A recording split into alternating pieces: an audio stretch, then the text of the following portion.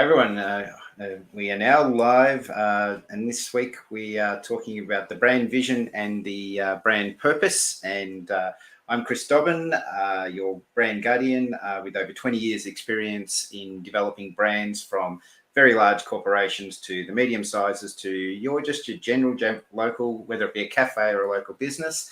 And today I'm joined by my partner in crime, Samoa, who do you want to do a little bit of a spiel on yourself and the thing you've done in this little world of branding that we are here to talk about today? Right. Branding buff, aka Mr. Logo, Simo. I've been fortunate enough to work in some very diverse environments, from going to the south of Portugal to the top design and print online company on the planet, doing quite well there, creating some best-selling, record-breaking designs, and working with some of the top names in bodybuilding in Australia, and now going into the next stage of my brand journey alongside Chris Dobbin, where we created Brand Yon, where you get to amplify your brand. That's right. So, speaking of amplifying the brand, I guess today we've touched on the fact last week we talked about the brand vision. And what's confused a lot with brand vision is brand purpose. And we thought, well, the lowest hanging fruit here to chat about today would be to change from what we talked about vision and talk about purpose, bring them together and define, the difference between the two. And I guess a good place to start there is to look at this on the screen. And before I get into that, obviously, what I want to talk about is the brand vision and purpose are two important concepts that help define the company's identity and guide its actions. While they're related, there are some key differences between the two, and that's where we get onto the screen here. And you can see that the company's vision is something that describes a long-term aspiration and goals, which is what we talked about last week. We went through the 4 ways you can go about developing your vision and developing those long-term aspirations, because it's obviously future-focused. It's outlining the company's hopes, achieves in the years. It looks at the inspiration, the aspirations, the ambitious, forward-looking type stuff, and it's actually a lot of fun to develop it that way. And then on the other side of the coin here, we've got the purpose, which is, I guess, it's actually the reason why you do what you do beyond making the money. So it's where you define your values and impacts on the world. It's the meaning behind authenticity and the way that you get out there. And really it helps you build your culture and helps you make decisions and take action, which we touched on last week, but it's taking it to another level. So I guess, Sim, do you want to, I'll bring it back to you. And I guess I've given now the kind of the written definitions, but do you want to sort of build on sort of your side and take on it? As you said it all. I as mentioned in last week's podcast, the vision for me is a very simple sentence, and it encapsulates what the perfect world would look like if your brand is able to deliver day in, day out, halo shine its promise. It's aspirational, like you mentioned, and it looks towards the future. So 3-5 years from now, 10 years from now, and if we're talking about legacy, what is it going to leave a mark on, and how is it going to be perceived? So much more future facing, whereas brand purpose is much more right now. It's the practicality of doing it today. And it can be translated through a how, but it definitely points towards the why. Why? Past the money, because the money is the consequence, right? If you're good at what you're doing, the money comes, and that's just the definition of business itself. We're talking about brand, vision, and purpose. So vision is future facing, purpose is the practicality of doing it today. Yeah. So I guess that's why we've put this here, just to give some kind of I guess wrapping around what we're talking about today, because this topic can be a lot more than what we're going to cover up today. I guess we are creating these series of videos that we're doing on lives to help you out there. If you're identifying problems with what you're doing in your brand, hopefully some of the things we raised today will either, 1, help you, or 2, give you the opportunity to reach out to us, and we would love to help you work on developing your solution to these problems that are raised in today's session. Now, I guess the first one we've got here is when you're defining your brand purpose, it is really understanding your target audience. And if you know who you're talking to and who they are and what their needs and desires and pain points, what motivates them, it's going to make developing your purpose a lot easier. And I guess coming back to you, Sim, do you want to talk about how we go about developing a purpose and target audiences and why it's important? Yes. You have a set of skills. You watching this have a set of skills, and as a business, you gather those skills and exchange them in value. The proposition you offer will be much more relevant to a group of people than to other than the other groups of people. For example, I like to exchange value inside the fitness industry because I am not as strange to it. I've been a part of it for a long time of my life, so I understand the mentality of it. I understand the environment. I understand the principles, Yep. and therefore I can create some relevance and speak the same language. So aligning my values, my language, or in this case, your value, your language, your skills to your audiences is going to be invaluable in establishing that first step in defining your brand purpose. Yeah. And I guess also when you know your target audience and you can be authentic to it, so understanding their values and working out what aligns with your values, if you can find that unique way they cross over, it can just be a really amazing world where it doesn't feel like you're selling, doesn't feel like work. It doesn't feel like you have to, get out of, struggle to get out of bed in the morning because you're motivated and they're motivated to buy your product or use your service or get involved whichever direction you're going because it just feels natural to them. It just aligns with their values. And so it's a great way Absolutely. to understand. Yeah. So, Absolutely. yeah. So obviously understanding your target audience. The second thing that helps you define your brand purpose is understanding what we just touched on, your brand values. So if you've got core belief and principles and that, I kind of underpinned exactly where we're heading with this. I kind of almost answered that with what I just touched on, but let's just go back into it and identify your brand values. And I guess, again, do you want to come back to yourself, Sim, Yes, yes, yes, about yes. One why of it's important? a very strong brand that I had up until very recently, I'll say 1 or 2 weeks ago. It it it created a purpose that empowered everybody, from your weekend warrior to your top Olympic athlete. Um, and they had this very purpose, which is to make possible anybody at any fitness level become or look at themselves and perceive themselves as an Olympic level athlete. These values, they create repercussion throughout the world of fitness, and people who have some sort of liking to fitness or want to aspire to be like these athletes that are sponsored by this brand. So when you find those values and commonalities, you're already creating that rapport with your audience. This is the interesting part, and why one of the reasons why I love fitness so much, because it's almost inherent that a certain set of principles is going to be common to anybody who plays a sport, who's been in a team, who knows the sacrifice it takes, who knows the joy of winning either together or as an individual, but knowing that you have the body of work of somebody behind, whether that be a team of coaches, ball boys, um, any Yep. audience, even all of these things, they just start titillating little points, and you have these moments when I get into a conversation with a fitness athlete. Many times I get these moments where I actually feel my skin crawl because we're talking the same, we're living and vibrating at the same energetic level.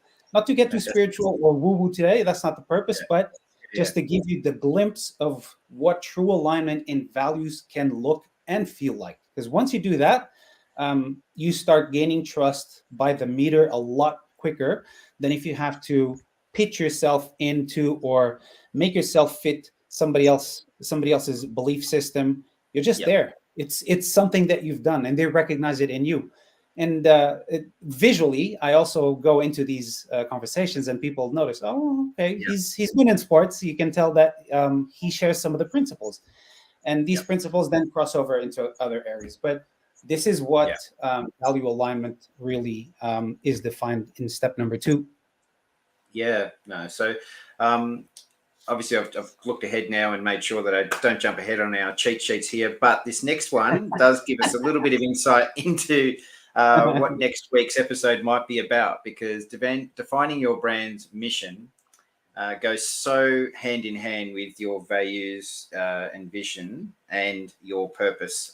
So if you can define what your brand's purpose is for reason for, why it exists and why you're aiming to achieve it, the mission statement of, how do you make a difference in the world, is something that is really important to understand, because again, with the first 2 tips we've just given, it'll define some decision making that you're going to make. And I guess, Sim, coming back to you, defining a mission statement to, I guess, support the purpose, it's something really important. I love this part because if I have a sentence that defines vision, and that's the perfect world in 3 to 5 to 10 years, the Yep. mission is built back from the vision, and that's just the breaking down. The breaking down, so there is again alignment of values, and this is the interesting part. I want everybody to pay very close attention to it, because it's a common fallacy to think of branding as an outward exercise, and defining vision and purpose are some of the most critical. I would put them at the base of everything that makes your brand stand, not just as a business, but as a brand. A common feeling, a common set of values is when you break down this vision into a mission, you should be able to arrive at a conclusion of what your actions are going to be. Remember, purpose Yep. right now, actions today, vision Yep. future, in order to achieve that vision that you set, right? 3 to 5 years, 3 to 10 years. But what does that mean today? What am I going to task my team members with? How are we going to embody our vision? What does that mean? So we start Mm. looking at the yearly goals. Inside the yearly, you can go and break it up into quarters. The quarters are obviously broken up into months, and months to weeks, weeks to days. And that just makes deciding at every hour of the day, keeping focus on the Yep. vision, how to live that mission. That mission fulfills the purpose. But I hope I was clear enough to make that a chunkable, edible piece. Yeah, yeah, yeah. But not just what you've described there as, like, as you said, outward and inward, but the other part, an important part of inward, is your team members, your stakeholders, your everybody. If they believe in where you're going and where you are now, and Yes. then they can buy into that mission. Again, we're just talking about values, but that energy that comes with understanding Yes. your mission, Yeah. it's going to bring them forward. So yeah. Absolutely. That will make the difference between a staff member, which is an individual who fulfills a 9 to 5 schedule, Yep. to a talent person. And this talent person, eventually, or ultimately, you want to have them live the brand so much that they don't look at what time they're coming in, and they're not going to be picky about the minutes after 5, after 6. If they want, if they really believe the project they're involved in, they really want to be that mission to fulfill into the vision, they will stay longer hours. And the conversation around hours at some levels doesn't even exist. And I'm thinking of myself when I was working for this big company worldwide. In my 3 years of being there, I never looked at the time. I just wanted to make sure I was hitting the goals, and I Yep. could actually go in on weekends. It may sound strange, but this is what a motivated talent looks and feels like. Yeah, no, that's right. So I guess we've covered off the The 3 third step. elements that we wanted to sort of talk about. The next one is crafting your brand story. Now, this is a narrative that explains your brand's history, its values, missions, and vision. It should be compelling, authentic, and resonate with your target audience. So it's like the first 2 or 3 steps we've talked about. Just keep building and building that story and momentum towards what we're getting on. But let's, I guess, chuck it again back to yourself, Samoa, and talk about the fact that brand story and how it helps define the purpose of your brand. Right. So we have facts. We have facts, and we have timelines, and then we have certain moments in time.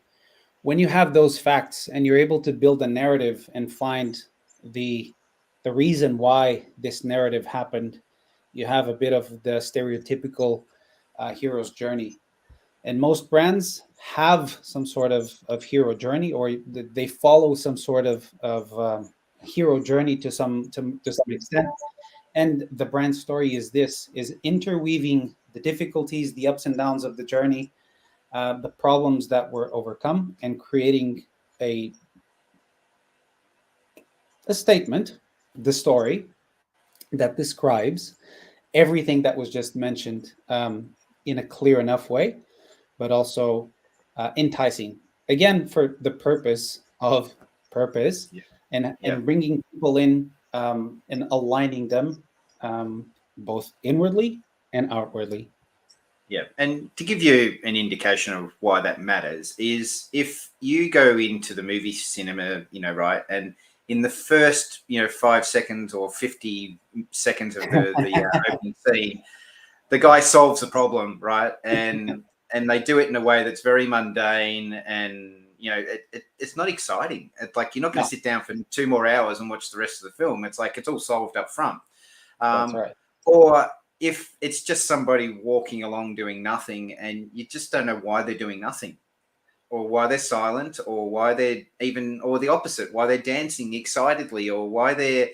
chasing something. Like, you don't get involved in the story if you don't understand where they're coming from and Yes. why they're doing what they're doing. So by having a good story, people can buy into it and then join you on that journey.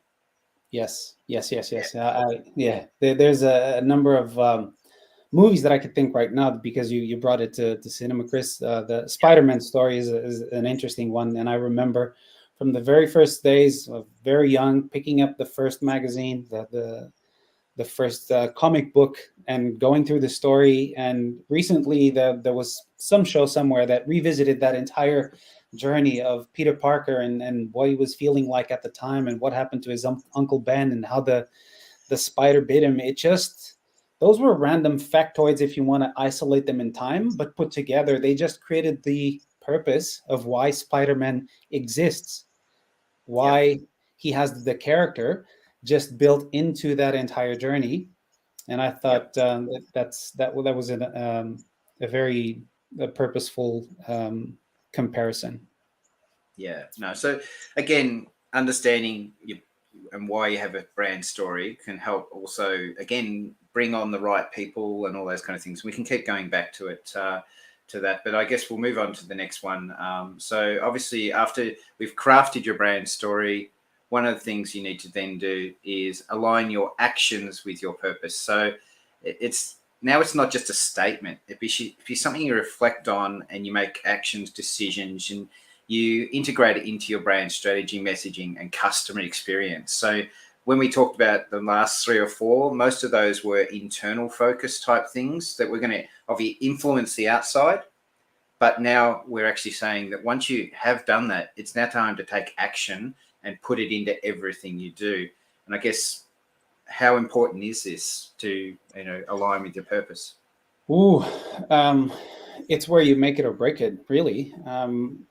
A brand stating outwardly it's all about communication and transparency, and then having a president or a CEO locked up in an office 2 stores away from everybody else, doors closed at all times, Yep. necessary need to create appointments just to see the big man, have a chat.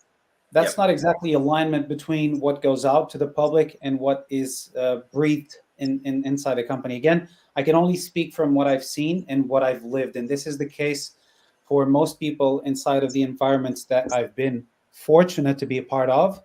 The big people would regularly tap me on the shoulder every time a campaign did really well, and their doors were not locked. They had meetings, they had phone calls to make, and that's all fine and dandy. But if you state something, make sure that it flies, because this is where you break it as well. If it is open communication with staff and with public, you need to have an ear among the public to create to encapsulate the feedback that comes from it, gather it in at the directory or the decision making level, the director's level, and then have a project manager to help create responses for that feedback inside. And once that feedback loop is created and employees or talent is on board with this, you truly stand for that statement that you made that looks good on paper, but then when you test it and really make it happen, that's the measure of really great brands. They create that alignment, and it's not a pretty sentence. It is actually reality every day. Yeah. And I mean, when we work with a number of clients, we work through, and we actually do ask them, is there any brands out there that you associate with that you like and dislike? It's part of our process. Yes. Because Yes. it's a good way to fast track, and everyone's got an opinion on things. But generally, the reason why the top brands are brands and we recognize them and understand them is because they're doing this part of it very well. And so when you see something like, I mean, if McDonald's does something on their menu, it's always done in a way that it feels like it's McDonald's. If it's a competing brand, which is a KFC or a Hungry Jack's or any of those kind of major retailers, there's always something about them that makes you clearly identify with that brand and what they're selling to you. Even though it's still food and it's still beef or chicken or whatever it is they're selling to you, it has a feeling, it has an emotion behind it. It's not just the colors, it's not just the logo, the fonts and Yes. things, which we love. I mean, you and Yes. I get really into the nitty gritties about, you know, what fonts and colors the client should be using, but they're only tools that we can give you to create the consistency. There's another element to that, which is obviously the voice, the tone, the actions that your business is taking outside of those elements. Because if you're not fulfilling, like, I guess again what we're saying is, if you're a funny brand and then you go out and be super serious, instantly someone's going to go, something's quite not right here. Are you sick? Are you not healthy? Are you not well? Yeah. Like, you know, why are you Yeah. being so serious?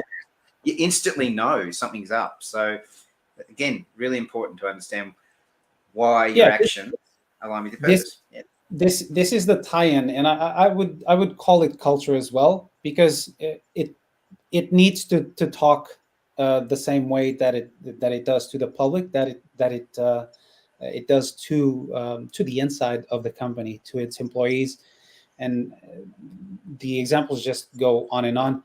Yep. Being funny, if you have looking for the word, a humorous tone of voice to the public, but then you treat your staff as regimented robots, there's a discrepancy there.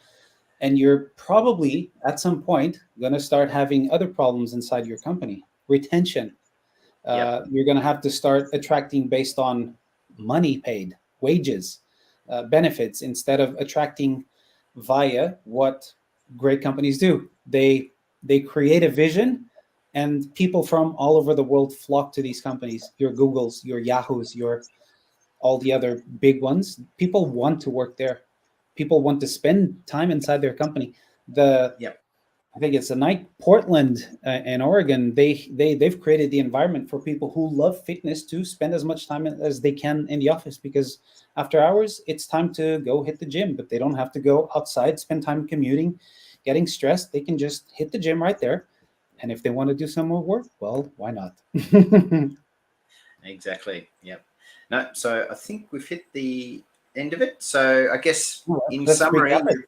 you've recapped it here, which is, if you're going to define your purpose, make sure it's authentic, make sure it's meaningful, and more importantly, make sure it's relevant. Is To there any your more you want audience. to add? Yeah. So just to recap what we talked about here, those number one, when defining your brand purpose, understand your target audience. Secondly, look at identifying your brand values.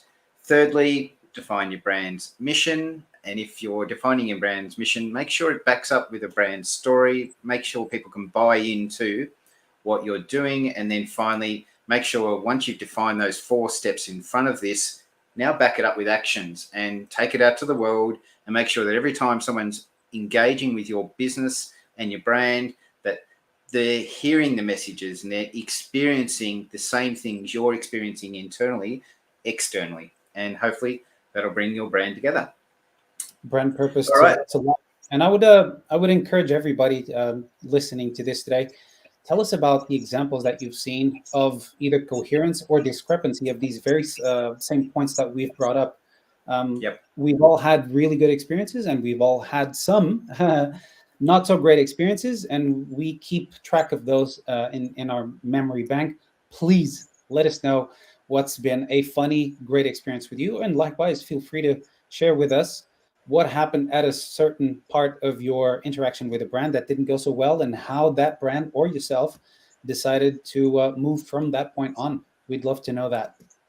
Exactly. Yeah. So that brings us to the end of this week's episode, and we look forward to next week, which I believe we're going to talk about your brand's mission. I think today we touched on that, and it seems like a really obvious place that we take people, because part of when you start your journey in branding, vision, purpose, mission becomes like the 3 key pillars that we need to kind of kick off with before we start getting into the other elements that we're going to talk about over the series of these live streams that we do. So, and if you've got anything specific you want, we'd love to hear from you and tell us what you'd like to hear about next. And we're more than likely to put it in there somewhere and bring it on to the live stream. All right. Well, thanks again for your time, Sim. I've appreciated this week, and look forward to talking to you soon. We'll look forward to being here with you as well. See you all next week as we amplify your brand.